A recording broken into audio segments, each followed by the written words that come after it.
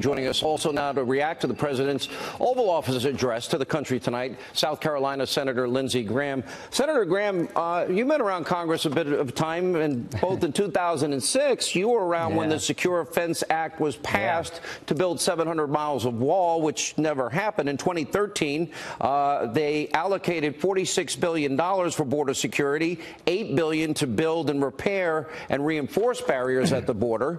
And I'm listening to Senator Schumer and Congresswoman Pelosi say this is a manufactured crisis. Would you say that to Police Officer Singh's family tonight, or Pierce Corcoran's mom and dad that were on this program last night, or the families of victims of 4,000 homicide families? Would you say this is manufactured? It couldn't be more real to them. This is the most presidential I've seen President Trump. It was compelling, and everything he said was true. About 30% of the 2,200 miles of border has some form of barrier. There are already walls along the border. We just need to extend those walls where it makes sense.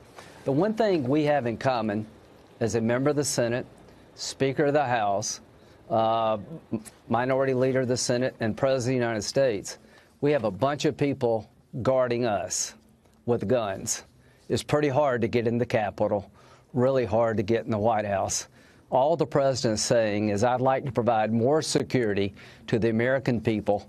It is a crisis, Sean. I've tried to be reasonable and practical when it comes to immigration, and I'm flabbergasted to hear from my Democratic colleagues who have voted for billions of dollars in border security money that this is manufactured. Was it manufactured when Obama wanted the money?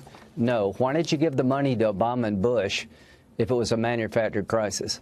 Well, and I think if you look, Hillary Clinton supported it, Chuck Schumer supported it, Biden supported it, Obama supported it.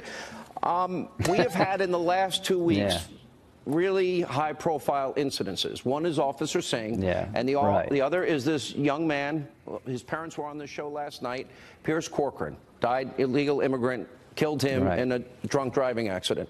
And the question here is, when you add to that the human trafficking, the drug trafficking, and you add to that the violence at the border, and let's assume 98% of people across the border, which I believe are people that want more freedom and opportunity. But we got to ask ourselves, how many lives, if we lose 4,000 lives in a 2-year period, is that a manufactured crisis? To my Democratic friends, how many caravans have to rush the border until you believe we have a problem? We have 300,000 people waiting for asylum claims to be adjudicated. We have 11,000 unaccompanied minors from Central America. It costs us $750 a day to house them. Only God knows what they go through to get here. Illegal immigration is on the rise because our policies are attracting people here. Every Democrat you heard from tonight has voted for border security, but when it comes to Trump, they say no. So Nancy Pelosi says end the shutdown. Donald Trump says secure the border. How about this? Let's secure the border, then end the shutdown. Let me ask you, Senator, it seems to come down to their argument is, and I know it is inconvenient for those furloughed employees. I acknowledge and I can sympathize with them. I know their checks are going to be delayed in some cases, but it's a partial government shutdown. Essential services are up and running, and that constitutes what 2/3 to 70% of the government stays open. And I do want these people that have been furloughed to get back money, et cetera.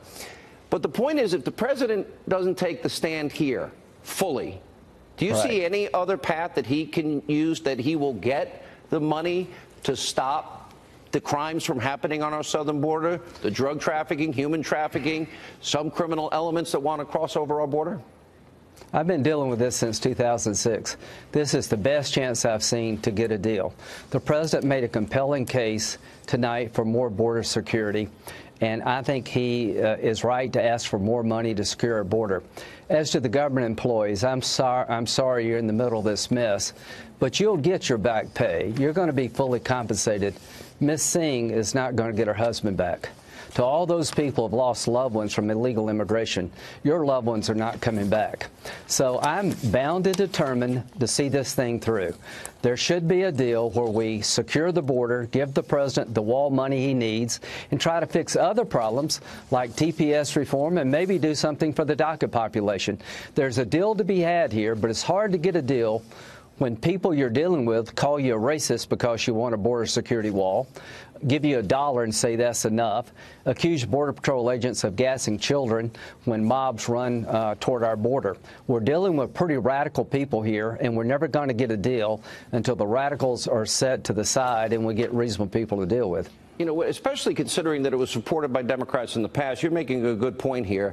If people want to, as we know, abolish ICE, Kamala Harris actually said to the former head of ICE, Tom Homan, suggested that, well, you know, there's a perception that ICE is, at least in people's minds, perceived as the Ku Klux Klan.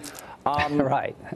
I was pretty stunned that we would talk about brave law enforcement that way. But we also watched these officers get pelted with rocks and bottles on 2 occasions, during the migrant caravan and on New Year's Eve. The bottom line is this. This is the question I think we need to ask tonight. Will the wall work? In Yuma, Arizona, the sheriff said it works. It works every time it's been tried. Well, it works in Israel. I can tell you, I've been dealing with border security issues for 10 years plus. Every time we build a physical barrier, the drug trafficking goes down, the illegal crossings go down. There's some places you don't need a physical barrier, but there's 700 miles of fencing has been authorized since 2006. We just want to build what we've already agreed to do. And so the bottom line is walls work, but you're dealing with a group of people who see their government as the problem. They see the Border Patrol agent as the problem, not the mob. They see the ICE agent as the problem, not the illegal immigrant they're trying to go after. They see walls that already exist as immoral. You know what I think is immoral?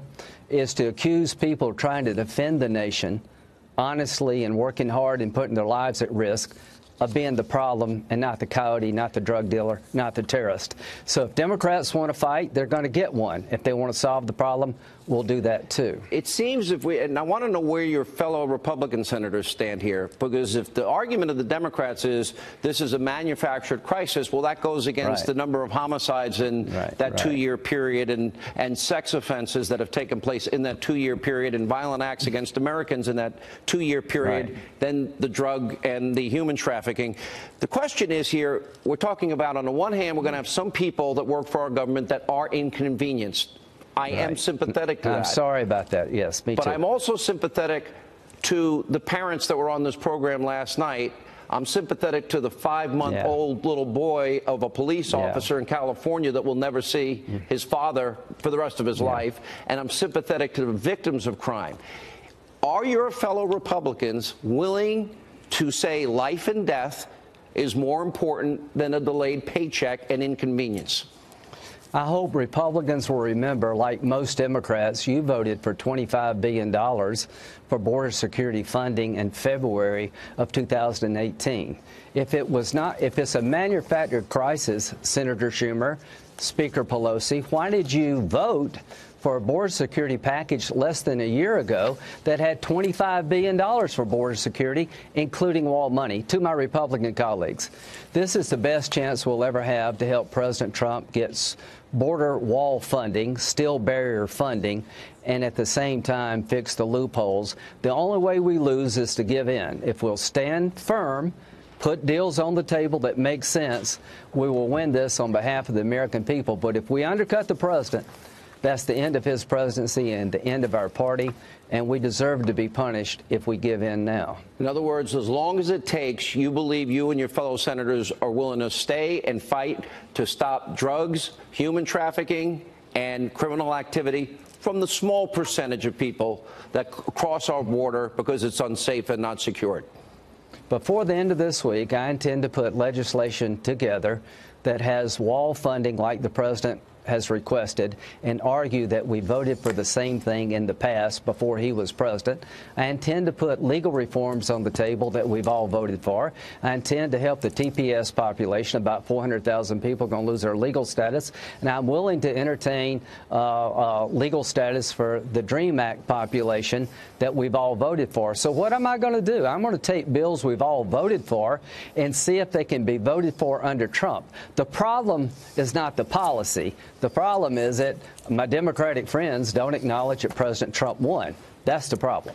All right, Senator Graham, thank you for being with us tonight.